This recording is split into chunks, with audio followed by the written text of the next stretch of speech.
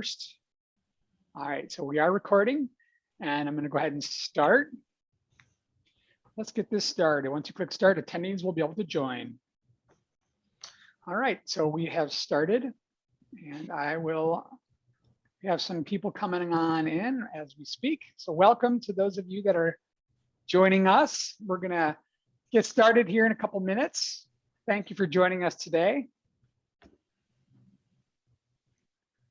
So Bob, I was talking to Jan about the predictably beautiful weather in Southern California. How are things going up in your neck of the woods there? Improving, although the weekend was awful in the Northeast. It was rained all day Saturday, all day Sunday, and temperatures, I don't think the temperatures got out of the 40s on Saturday. Oof. And then maybe mid 50s on Sunday. Monday was a little better. It was still cold. It was, in the 50s, a little cold. Sun didn't really come out till maybe mid-afternoon. So for effectively, it was a wash of a weekend. So still had fun. Still had a good time. Yeah, it's similar here in Chicago. We had the first couple of days of the weekend were not that great. It was cold, below 60, rainy. I think it even touched 39 one night, which seemed crazy. And then as the weekend progressed, it got a little bit nicer and nicer. Yeah, I think they got some snow out in the upper Rockies or the northern Rockies. So crazy to think. Yeah, really. Yeah. I have to believe we're done with snow here in Chicago by June. It has to be. I have to believe that. Otherwise, I might go crazy. Yeah, we definitely did not have LA weather. That's for sure. Well, it was funny. Yesterday, Jan said it was going to be 75 and sunny, and I said, "Did you predict it correctly?" She's like, yeah, pretty much. Yeah. It's always that way. We don't get a lot of change. It's okay if it's predictable, right? Yeah. Yeah. Do you guys get the humidity midsummer, Jan? No. Really? No. It does get dry though, and we are once again in a drought. Yeah. So, we don't get the snow, but we certainly get fires, which is tough. Yeah, and I think there was earlier in the spring they had some concern around potential fires and that sort of thing. But I think we've gotten a fair amount of rain. I would say April and May. So I'd be surprised if we're not where we would need to be. Yeah. So that's one issue that we tend not to have in the Northeast is an issue with rain and water and that sort of thing, which is drought conditions we don't have to deal with. So for those of you just joining us, we are welcome to PaperChain's chat live. We are going to get started here in just a minute as it's 1 past the hour right now. We're going to wait just a couple minutes as people are kind of coming in, hopefully. So just hold tight and we'll get started in a minute.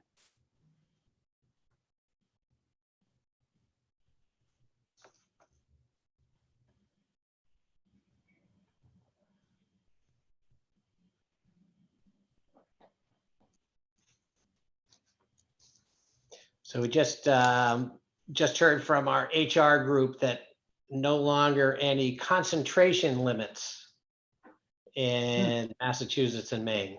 So we can be at 100% occupancy. Oh, wow. Fantastic. Yeah, which is good. As you both know, I'm going to go on a vacation this weekend. I'm going down to Florida and I'm going to Disney World and Universal Studios. And they just announced yesterday that Universal Studios is going back to full capacity. Not Disney World quite yet, which as a person that's never loved big crowds, I'm not complaining about because this time of year, Disney World is typically a very packed time of year. So I'm hoping that they wait until January 12th and then they can let everybody in. That'd be great. January 12th or June 12th? Or June 12th, excuse me. Yeah, June 12th. Yeah, the day we leave. Then they can, everybody's welcome to come to Disney World. Now, are you staying on site or off site? We're staying on site. We're staying actually in Disney World. We're staying from we get in on Friday the 4th, and we're staying there until the 10th. And then actually we're going to go over to Universal and stay there for a couple of days. My kids are very big Harry Potter fans, and so nice. we're going to go spend a couple of days at the Harry Potter world. That'll be great. We're looking Enjoy. forward. Sounds like fun. Yeah, should be fun. It's 2 years in the making. We were supposed to go last year, so we actually all have, my whole family has T-shirts that says Disney World 2020 on them, which we are wearing. We paid for them, so darn it, we're wearing them. Good. So, well, why don't we go ahead and get started here? Hopefully, some people will come in as it goes. And for those of you who are watching live, welcome. And for those of you who are watching this as a recording, welcome as well. Welcome to PaperChain Chats Live. I'm Matt Bruno. I'm the Executive Vice President of the NPTA. And joining me today are Jan Gottesman and Bob Forsberg. So not only are they impactful members of our industry, but Jan currently sits as our first chairwoman of NPTA, and Bob is our current immediate past chair. So welcome to you both. Today, we are going to have a wide-ranging conversation around careers, companies, tactics, and futures. But before we jump into all of that, let's just connect with you both real quick. So first, Jan, how are you and where are you zooming in from? I am great, Matt. Thanks. I am zooming in from beautiful Southern California at our corporate headquarters in Santa Fe Springs. And again, 75 and sunny, like it always is in LA. So Jan, I'm going to kick off and ask you a real important question that I know people are thinking about right now. And that is, what was the best hobby that you gained over the past year? I would say that my newest hobby stems from the fact that my husband and I became grandparents over the past 15 months. We have 2 new grandbabies. So I guess my favorite hobby now is spoiling them and going to visit them. That's good. And I think as I think about it, I think that has a direct correlation to the spike in e-commerce right now with all that purchasing that you're probably for sure. All of the clothes and everything to spoil them. We had to set up our one room in our house for those babies. Well, that's what my parents used to say. The best part about grandchildren is you get to spoil them and then they have to go home, which is always sort of nice. It's true. That's great. How about you, Bob? How you doing? Where are you zooming in from? Doing well, Matt. Thanks. And zooming in from Purchase, New York. So we have a sales office here and sitting in our conference room in Purchase. And I would say that the weather isn't quite as nice as it is in Southern California, but it's not raining. So we had a very wet weekend over Memorial Day. So this is a nice little respite where we at least get to enjoy a little bit of warmth and a little bit of sunshine. Well, I'm sure it'll be 75 and sunny there in no time. Yeah. How about you? Did you any fun new hobby that you've been able to accomplish or learn over the last year or so? I'm not sure any new hobbies, but I would say during COVID, certainly a renewed commitment to better physical and mental health. So, a lot of opportunity without as much travel and so forth to get to the gym, the home gym, and work out a little bit more and so forth. And also trying to monitor, intake of both food and libation. So anyway, so that's been, that I think that worked out pretty well. And as we start to open up and travel a little bit more, trying to kind of maintain a semblance of reasonableness in terms of, dinners and that sort of thing. Trying not to eat too much. So that's hard, right? It's these last Well, we've been kind of stuck at home. The cabinet's only a few feet away, it seems like. And so, Right. you right. want to get up and get away from that computer. And the first place for me, I know I go is the kitchen because that's, it's the best place in the house. So yeah, it's some good thoughts. Well, it's great to have you both here. I really appreciate it. And before we get started, for those of you who are here with us, the way we're going to structure this is we're going to have about a 30-minute conversation, a little Q&A, if you will. And then we're going to leave some time at the end for some of your questions. If you look at the bottom of your screen, there is a section for Q&A. And if you type in your questions there, I will make sure they are addressed. I am hoping to go through our questions that we have set up first. And if there's a question that comes up that's pertinent to that, I will ask it, but most of the questions that come in, I will wait till the end, and then we will try to address them all as they come in. So with that, let's jump into it. So why don't we start from the beginning? Maybe we could hear a little bit about, your background on your individual career journeys, and maybe you could tell us a little bit about how you got to the role you're at and the journey that you came through to get there. And we'll start with you, Jan. Why don't you tell us a little bit about your career journey, so to speak? Sure. So I've spent my entire career in the paper business, and it's been a wonderful career and continues to be. I spent about 20 years of my 35 years on the mill side of the business, on the manufacturing side of the business, in sales and marketing and general management roles, first with Neenah Paper, and then moved into Kimberly-Clark, which was then the parent company of Neenah Paper, to manage the away from home tissue business. So a little kind of different experience there. And then the last 15 or so years, I've been on the merchant side of the business with Kelly Spicers on the West Coast.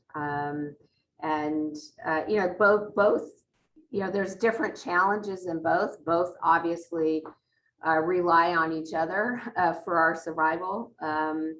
But that sales and marketing background has certainly helped quite a bit as, a good rounding out of experience for general management. Yeah, I can imagine having the opportunity to sort of be on both sides, if you will, has been pretty favorable in trying to understand your customers, and it has to be a pretty unique understanding. Yeah, I think it helps. I think it helps. I certainly understand the challenges on the manufacturing side. I lived through it, spent a lot of time at the mills, understand planning and, the metrics that mills are looking for. And then on the other side of the fence, certainly the challenges of a merchant and, having that local inventory and supporting our local customers is a completely different, set of challenges that you focus on. So having both the backgrounds, I think, makes it easier to explain things to people, especially right now in the environment that we're in. Very interesting. How about you, Bob? Let's hear a little bit about your career journey. So, Matt, I too have been in the industry for 35 years. So all 35 of mine actually have been with SD Warren / Sappi, mostly in sales and sales management roles. I did spend some time in marketing as well, which I don't think it took long for the powers that be to realize that my skill set was better suited in sales. So back out I went, but it's been a fun 35 years, and obviously a very interesting, evolving business and industry, and very different today than it was even 20 years ago. So, but it continues to be exciting. Love the people that I work with, love the customers that we have, and I continue to enjoy getting up and facing the day. And I think that that's probably all we really can expect from a career. And interesting enough, I did get this job through an on-campus interview. So was really my senior year and, in college. So kind of a neat story, but anyway, 35 years and still counting. Wow. You must have started when you were what, 5 years old? How could you be 35 years? That's amazing. Yeah, I know. Well, and I don't have any grandchildren yet, so fortunately, I think at this point, but yeah, my parents always used to say, we love to see you come and we love to see you go. That's great. That's great. Well, so now that we're preparing to return, hopefully to familiar business operations, as we were kind of discussing before the call kicked off, Bob, what are your plans, or what are the plans that you guys are thinking about as far as returning back to the office? And we'll start with you, Bob, if that works. Yeah, we, Matt, I would say throughout COVID, like at our manufacturing facilities. So we really have 4 manufacturing facilities across North America, and certainly our hourly employees have been coming in and out every day, and most of the most of the salaried population as well. So we have very strict protocols on testing and so forth. And so not much of a change for our manufacturing sites. Where we will see a change is really in our shared services center in South Portland, and also in our corporate headquarters for North America in Boston. So actually yesterday was the first day back for our shared services group. So inside sales, shared financial, IT, our supply chain operations folks, ops planning folks, all came back into South Portland yesterday. So the way that we're handling it is that we're encouraging everybody to come back, and unless there's some underlying issue, whether it's health related or potentially childcare related, but really encouraging our folks to come back. Our Boston office will open up next week, and same sort of scenario. It's a little bit of a different dynamic because our South Portland office is in a location where people drive to and park right there in the office. Most of the folks that commute into our Boston office, which is right downtown, are taking public transportation. So there's a little bit of a higher sort of anxiety level around getting back onto public transportation. But at this point, we're really encouraging our folks, to come back into the offices. I think particularly now, and I know that we'll talk about it a little bit later, just in terms of what current market dynamics are and so forth. A lot of our folks have been working, at home on their own. And when you go through very challenging markets and high stress markets, I think there's, there is a benefit to being sort of together in a group, in an office, where you might be able to share ideas. There might be some work flex in terms of responsibility and so forth. But it's kind of a bit of this concept of shared misery, and realizing that you're not the only one that's really experiencing, a difficult time in terms of orders and order entry and ready dates and all those sorts of things. So I think that that's really sort of the driving force, particularly in our shared services offices, to really get folks back into the office and try to get back into some sort of normal cadence. Thanks, Bob. How about you, Jan?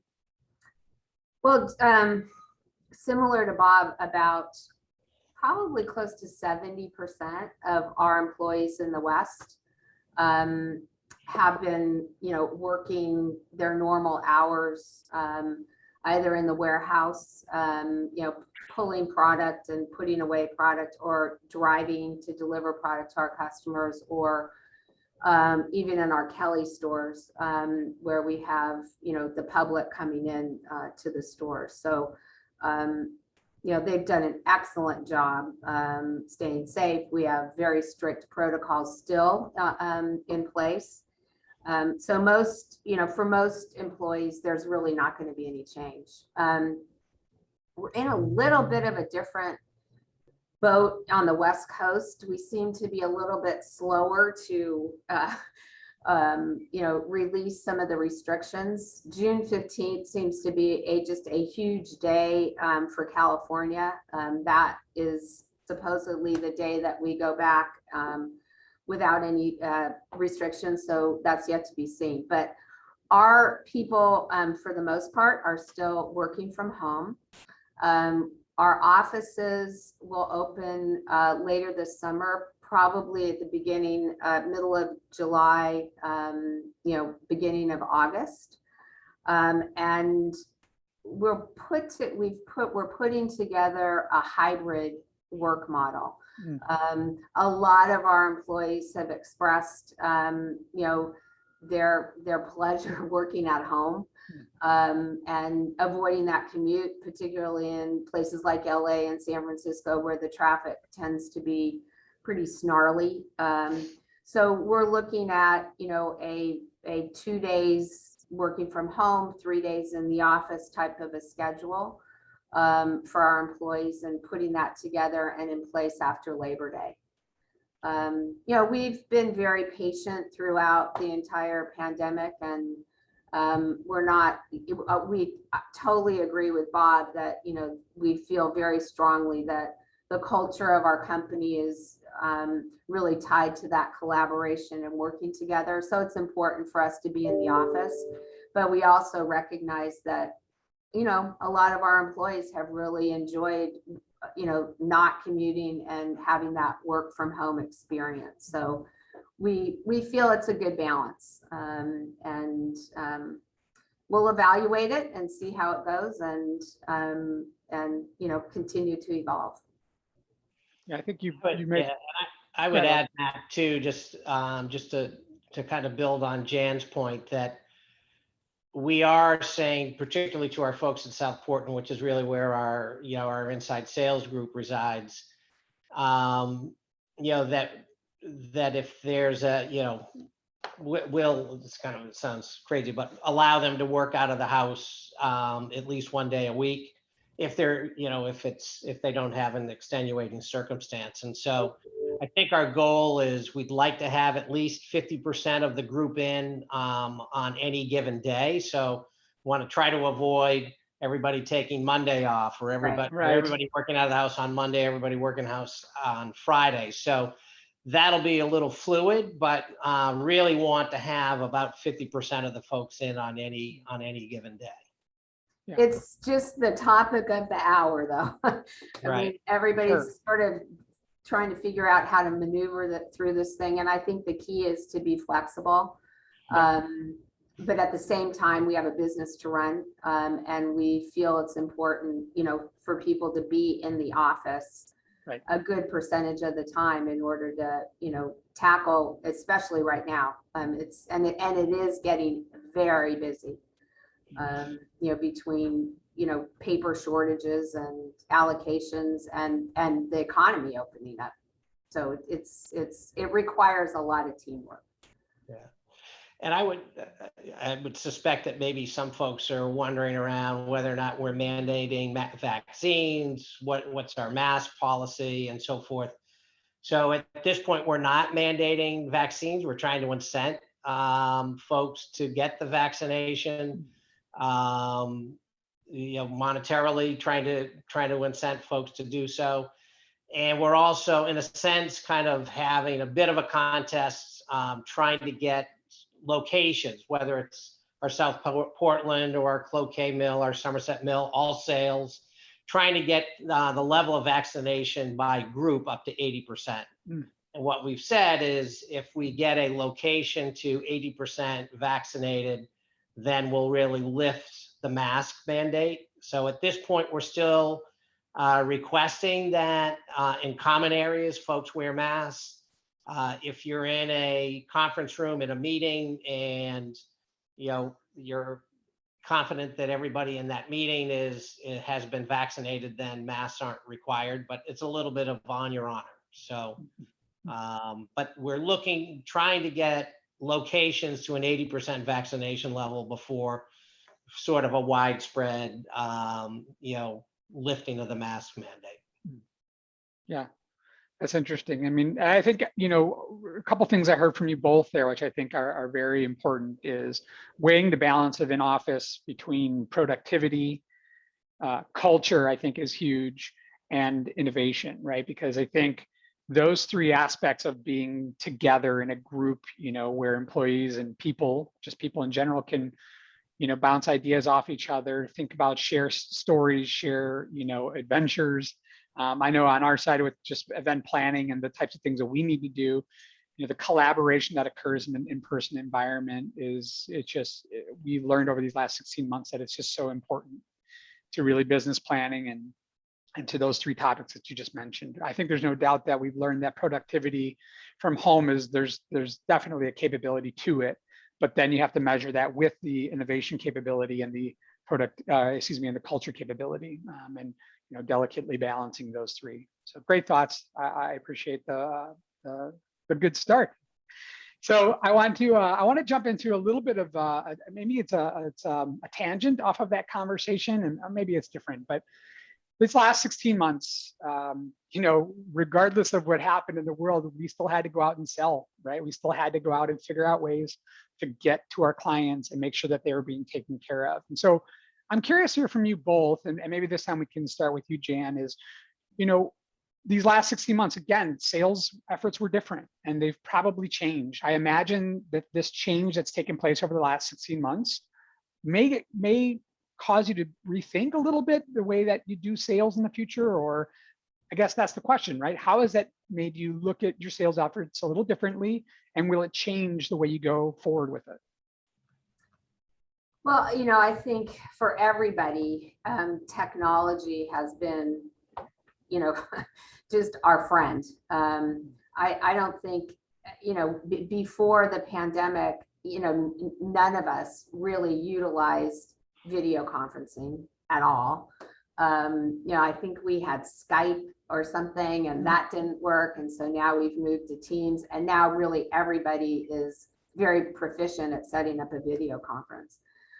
For the salespeople, we have a lot of veteran salespeople on our team, and they've picked it up and done really beautifully with video conferencing and making virtual sales calls with our mill partners on a video conference.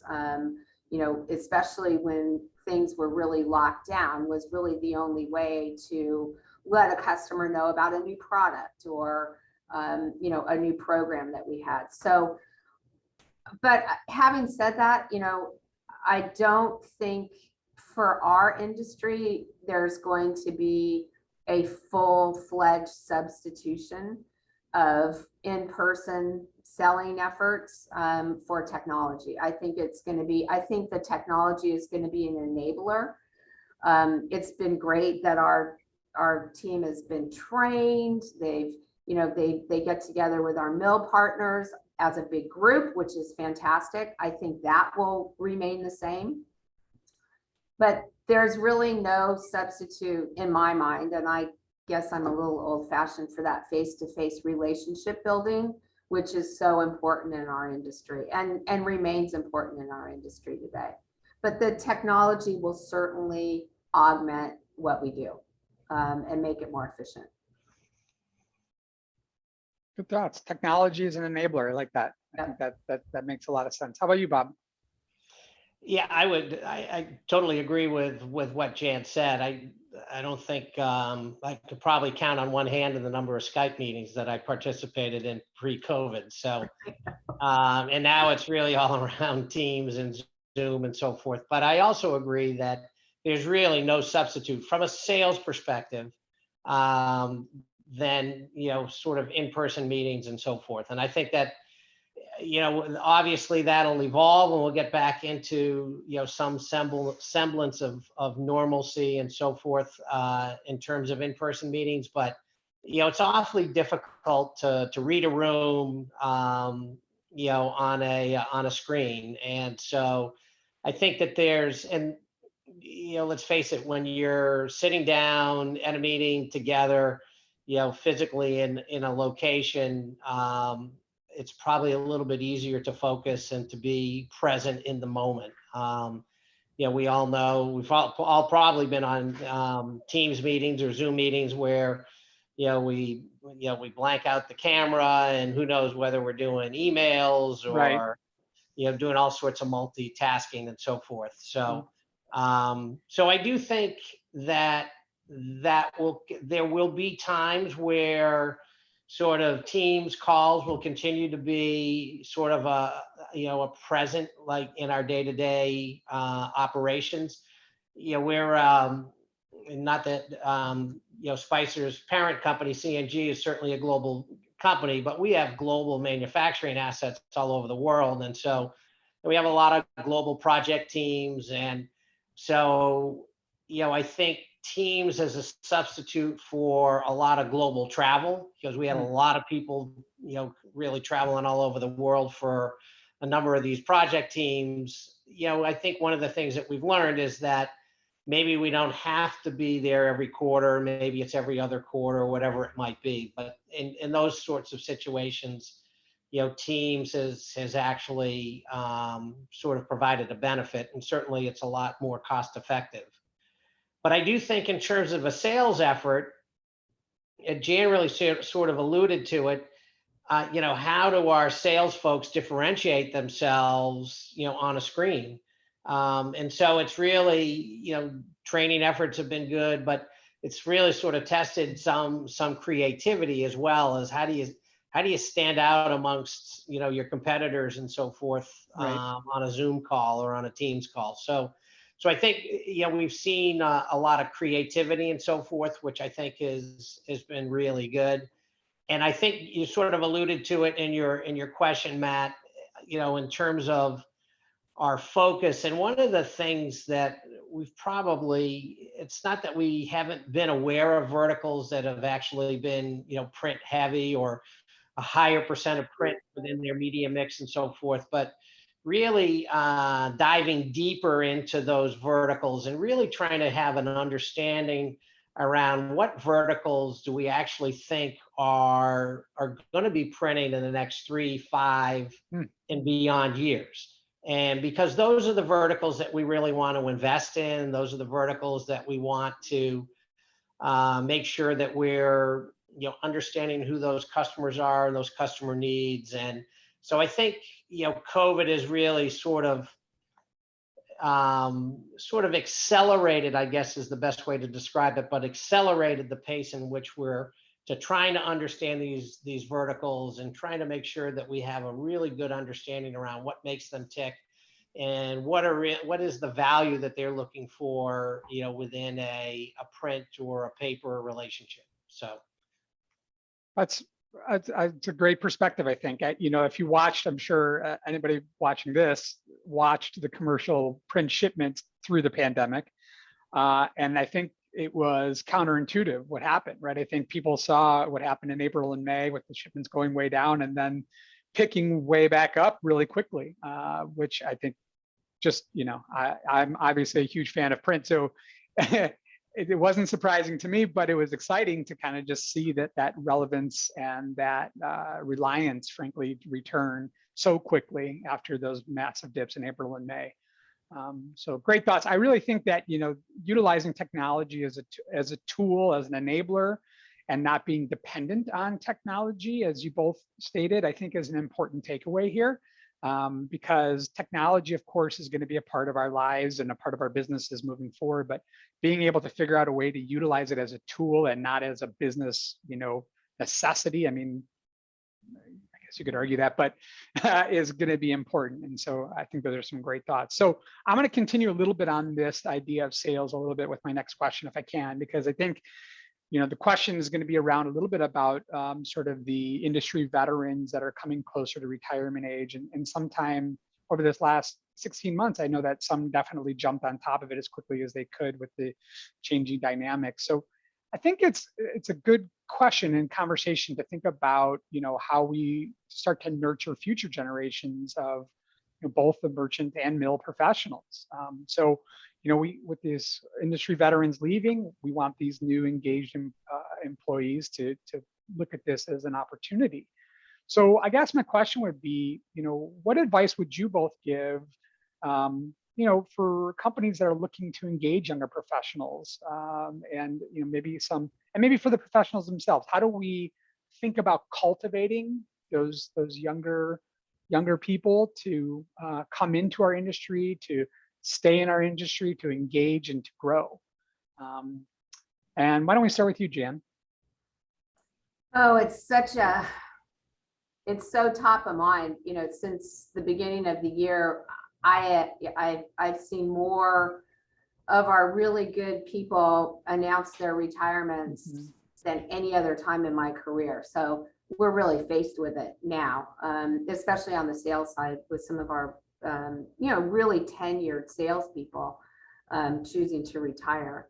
But I think, it starts with recruiting for us. We love, sons and daughters of current employees. So we love to hire them for the summer.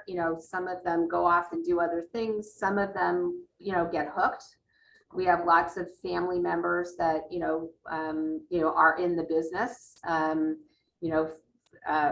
sons and daughters of current employees. I think that's one way to attract people. We also have a pretty good intern program at times, where we bring interns in and give them a good meaty project for the summer, not just filing or doing paperwork. You really got to give them something that's meaningful, that's going to be helpful in either their school or their career.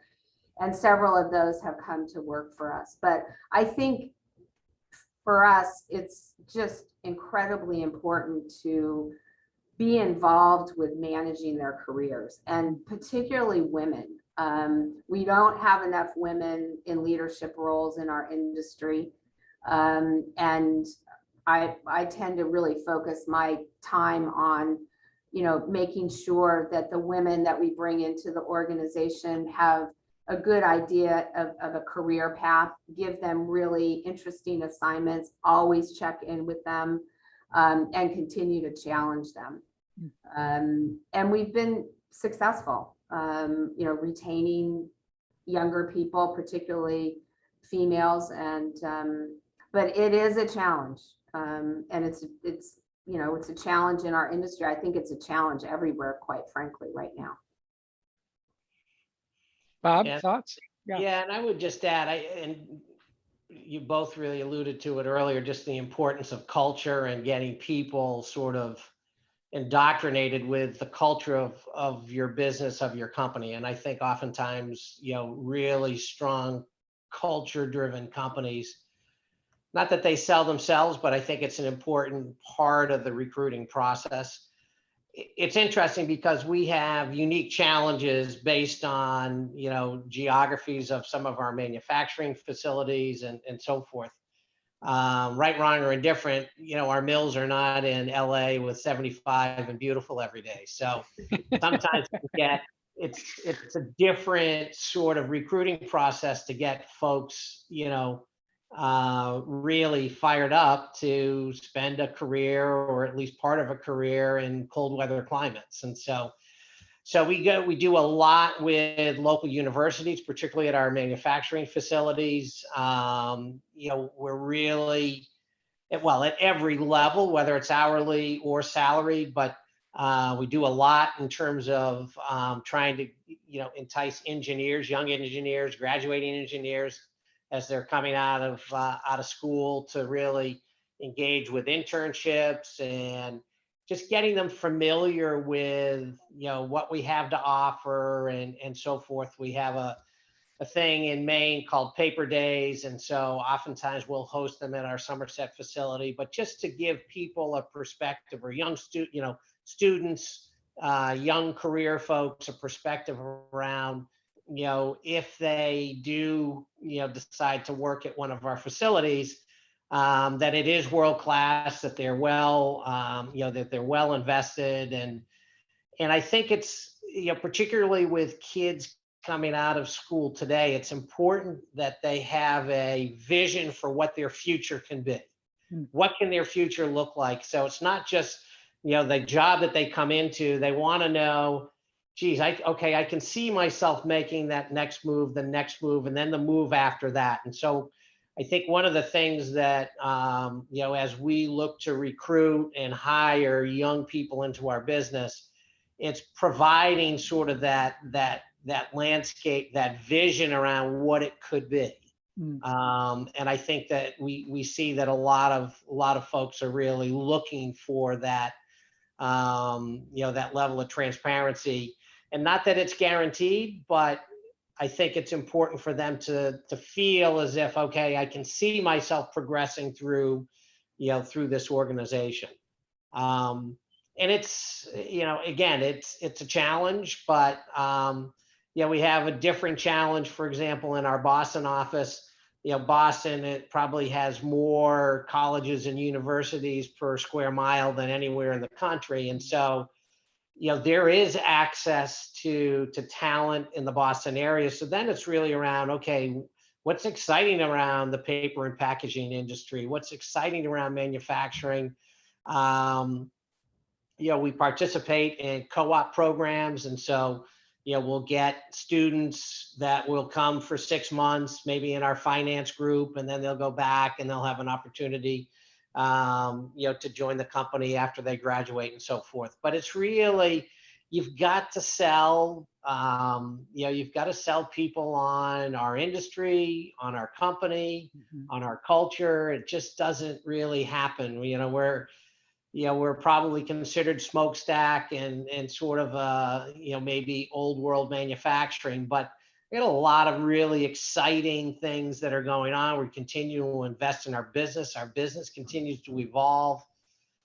5 years ago, we were heavily, weighted towards graphics. Today, we're still in the graphics business, but we have this growing, emerging, packaging and specialties business as well. So, and I think that for us, being a global company, there are always opportunities, to possibly work in Europe, to possibly work in South Africa, or work with our trading group in Hong Kong. So we can offer sort of a different sort of career path than maybe some other companies. But it is an issue, and it'll continue to be an issue for the foreseeable future. And we just really need to be diligent and always working towards,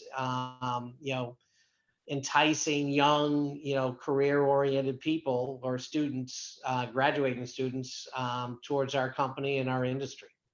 And I think just, following up on that, as leaders, you have to be involved with helping them with their careers. Check in with them, talk to them, see what they like, see what they're not liking, and move them along. Yeah, I think you both made some fantastic points there, because I think, from what we're learning at MBTA with our Emerging Leaders program, that it isn't so much about the actual product as it is the sort of the core product of the company, right? So diversity, equity, and inclusion, as you mentioned, Jan and Bob, culture and meaning, like these are really important things to up and coming professionals. And the actual product that you're putting out isn't as important as those other things. They want to feel that they're a part of something meaningful and they're making change. So I think you both have a terrific perspective on that. So thank you for those thoughts. So we're 40 minutes here after the hour. So if there are questions, please send them in through the Q&A function. And we'll see if anything comes in there. There's nothing there right now, Bob and Jan. So I'm going to ask one more question, and if nothing comes in, then we'll wrap this thing up. So, I'm going to go a little bit further, if we can, on the idea of the workforce landscape a little bit, and it's shifted, right? And we've talked a little bit of pieces here and there. We've talked about a remote workforce. We've talked about culture and diversity. All of these sort of ideas of the workforce landscape, they're shifting. I mean, they are. And we've talked about it. So as leaders, how would you advise other leaders, really understand what this change might be and how to be, ready to navigate that, so to speak? What are some potentially some tools that they could use, or are there, I don't know, some some literature that you both partake in or read or listen to that helps you stay ahead of navigating this new sort of workforce landscape? And I'll start with you, Bob, since I've been starting with Jan the last couple of times. Put you on the spot. Yeah, I mean, I think that well, as part of our sustainability mandate as a company and so, as an organization, and it's based around 3 pillars, which is really planet, people, and prosperity. And part of our people goal is that we provide 60 hours of training per employee, and that's across our salaried and our hourly workforce. And so that continuing engagement on the training side of it, I think particularly as we've gone through the past 18 months, I think has been an important part of engaging with our internal stakeholders. And the training can range literally everything from product training to market dynamics to, quite literally, yesterday there was an hour-long seminar on better sleep habits. And so it's really trying to enable everybody to be the best that they can be.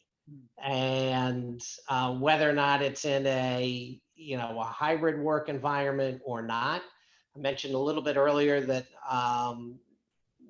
given the tightness in the market and the stress that sort of comes with that, trying to get orders into our system and trying to meet ready dates and so forth, I think it's important for folks to realize that that you do need to be mindful of your own sort of mental and physical well-being.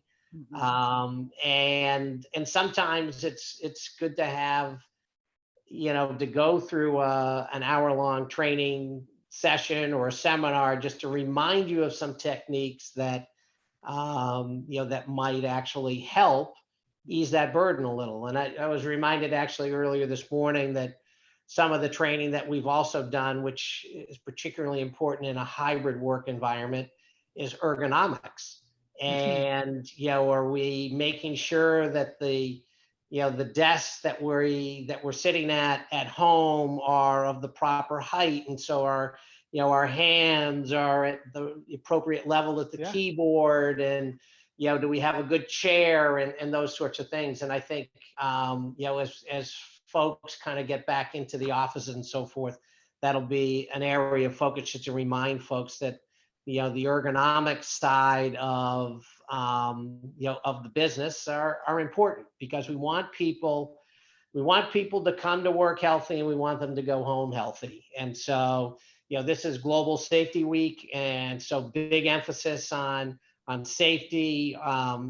We've got a number of different seminars, training sessions going on around workplace safety, ergonomics. I mentioned the better sleep habits and all those sorts of things, but really providing our employees that very important training, just to as a reminder around it's physical, mental well-being, generally leads to better performance on the job. That's some great thoughts there, Bob. How about you, Jan? Well, I mean, I think there is a dizzying amount of information about the change in the workforce, and what people are predicting is going to happen. I think your culture is always evolving and always changing, and you're always needing to keep your ear to the ground with your employees and your people to understand, how their needs are changing. I'm not jumping on a lot of bandwagons around this. I think, there's a lot to learn from others in the industry, from other people that I network with. around how they're handling it. There's no certainly right or wrong answer.